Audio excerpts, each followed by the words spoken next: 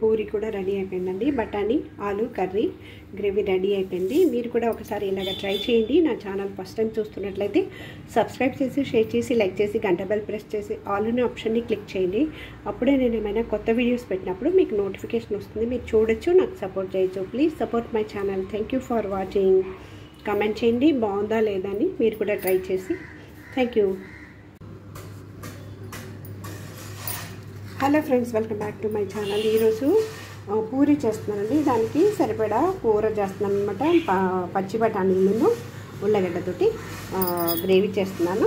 రండి దానికి ఎలా చేయాలో చూద్దాం. కుక్కర్ పెట్టుకున్నానండి. 2-3 టేబుల్ స్పూన్ ఆయిల్ వేసాను. ఆయిల్ వేడెక్కిందండి.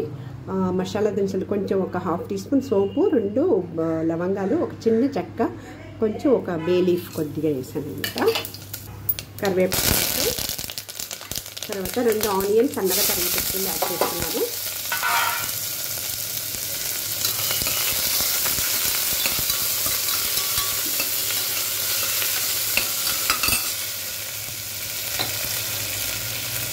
కొద్దిగా మనం సాల్ట్ వేసుకున్నాము ఆనియన్ తొందరగా మగ్గడానికి.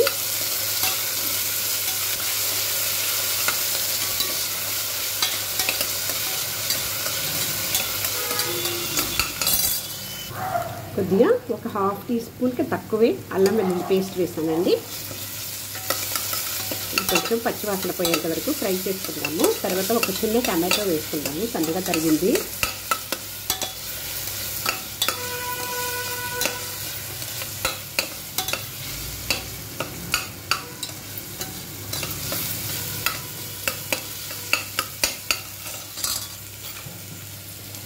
ఒక టమాటో వేసేస్తున్నాను.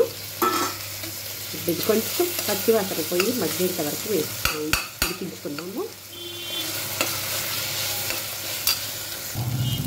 టమాటో కొంచెం మగ్గిందండి. 2 పొటాటో సన్నగా తరిగి పెట్టుకుంటే యాడ్ చేసుకున్నాను. పచ్చిదేనమాట.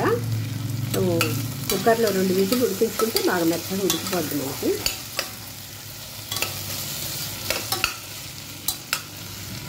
ఇప్పుడు పచ్చి బఠానీలు ఒక చిన్న కప్పులోకి తీసుకున్నాను. దాన్ని వేస్తున్నాను అన్నమాట.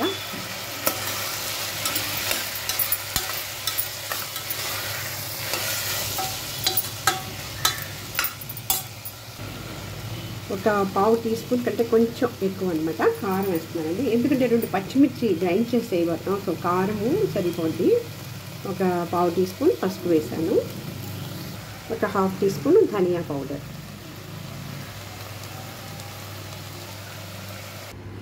ఒక గ్లాస్ వాటర్ పోసాను, తగినంత సాల్ట్. ఇప్పుడు 2 విసులు 3 విసులు వచ్చేంత వరకు ఉడికించుకుందాం లిడ్ పెట్టి. ఒక 1/4 టీ స్పూన్ గసగసాలు, కొద్దిగా కొత్తిమీర, 2 పచ్చిమిర్చి, కొంచెం పచ్చి కొబ్బరి, ఇవి ఫుల్గా బాగా మెత్తగా గ్రైండ్ చేసుకుందాం. 3 విసులు ఉడికించుకున్నామండి. ఇప్పుడు గ్రైండ్ చేసి పెట్టుకున్న మసాలాని యాడ్ చేస్తున్నాను.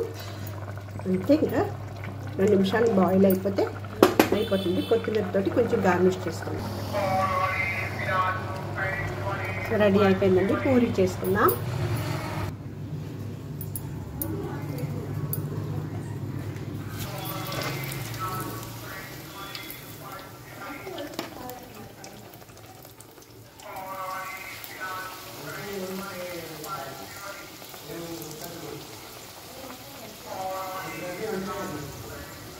అట్లానే కదండి తీసుకొస్తున్నారు.